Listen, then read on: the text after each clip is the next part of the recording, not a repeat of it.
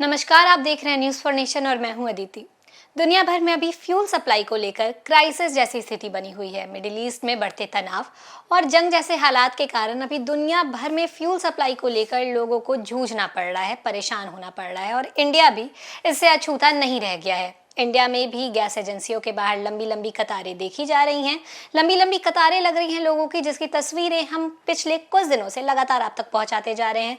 लोग जो है काफ़ी परेशान हैं अपने गैस सप्लाई को लेकर।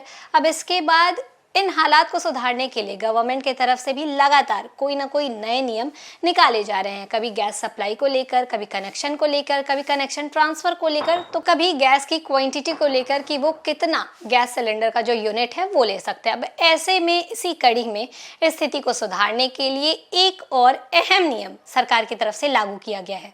अब क्या है वो नियम, हम आपको इस रिपोर्ट में बताते हैं। ईरान इजराइल के बीच बढ़ते तनाव और वैश्विक अस्थिरता का असर अब सीधे आम लोगों की रसोई तक पहुंच चुका है। महंगाई की मार झेल रहे उपभोक्ताओं के लिए एक और अहम बदलाव सामने आया है। सरकार ने एलपीजी सिलेंडर बुकिंग से जुड़े नियमों में संशोधन करते हुए आधार ई-केवाईसी को अनिवार्य कर दिया है। यानी अब बिना डिजिटल पहचान सत्यापन के गैस कनेक्शन और सब्सिडी से जुड़ी सुविधाएं प्रभावित हो सकती है।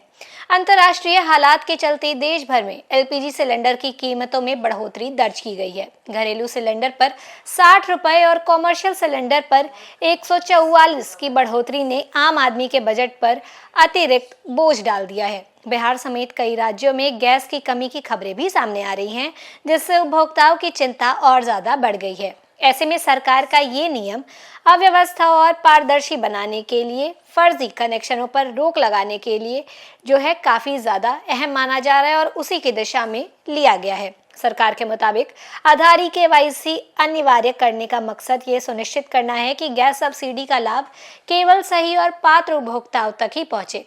अगर कोई उपभोक्ता ई-केवाईसी पूरा नहीं करता तो उसे गैस बुकिंग में परेशानी, सिलेंडर डिलीवरी में देरी और बैंक खातों में सब्सिडी अटकने जैसी दिक्कतों का सामना करना पड़ सकता है।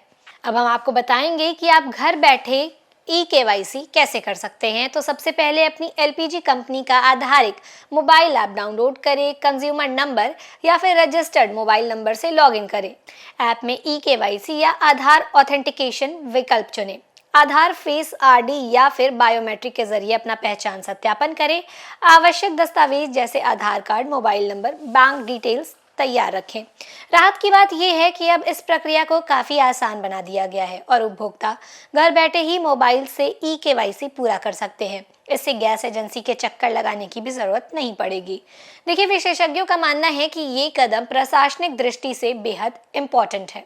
इससे फर्जी कनेक्शनों पर रोक लगेगी, सरकारी सब्सिडी का सही उपयोग होगा और वितरण प्रणाली में पारदर्शिता आएगी। तो कुल मिलाकर एक तरफ जहां महंगाई की आग लोगों की रसोई को झुलसा रही है, वहीं आधार ई-केवाईसी का ये नियम उपभोक्ताओं के लिए एक अनिवार्य सुरक्षा कवच बनकर सामने आया है, जिसे नजरअंदाज करना आप पर भारी पड़ सकता है। इस नए नियम के लागू होने के बाद राज्य के लाखों उपभोक्ता पर सीधा असर पड़ेगा। खासकर ग्रामीण इलाकों में रहने वाले लोग, जहां डिजिटल जागरूकता और इंटरनेट की पहुंच सीमित है, उन्हें ई-केवाईसी प्रक्रिया पूरा करने में चुनौतियों का भी सामना करना पड़ सकता है। और ऐसे में सरकार और गैस एजेंसियों की ये जिम्मेदारी और ज्यादा बढ़ जाती है कि वे जागरूकता अभियान चलाकर लोगों को इस प्रक्रिया के बारे में सही जानकारी दें और जरूरत पड़ने पर उनको सहायता भी उपलब्ध कराएं। तो ये था वो नया नियम जिसके बारे में हमने आपको बताया कि कैसे अब एलपीजी सिलेंडर आप और सुलभ तरीके से प्राप्त कर सकते हैं अगर आपका ई-केवाईसी जो है वो करवाया हुआ है। अगर आपने अभी तक ये नहीं करवाया है तो इसको जल्दी करवा लें, क्योंकि आने वाले दिनों में आपको मुश्किलों का सामना करना पड़ सकता है। तो फिलहाल इस खबर में बस इतना ही। ऐसे ही लगातार जानकारियों के लिए बने रहें न्यूज़ फॉर नेशन के साथ। तब तक के लिए नमस्कार।